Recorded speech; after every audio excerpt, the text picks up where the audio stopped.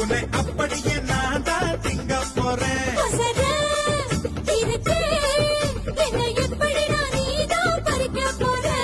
அணிலாக மாறினான், அழகாக தாவினான், அங்கங்க உன்னை கடிக்க போறேன்.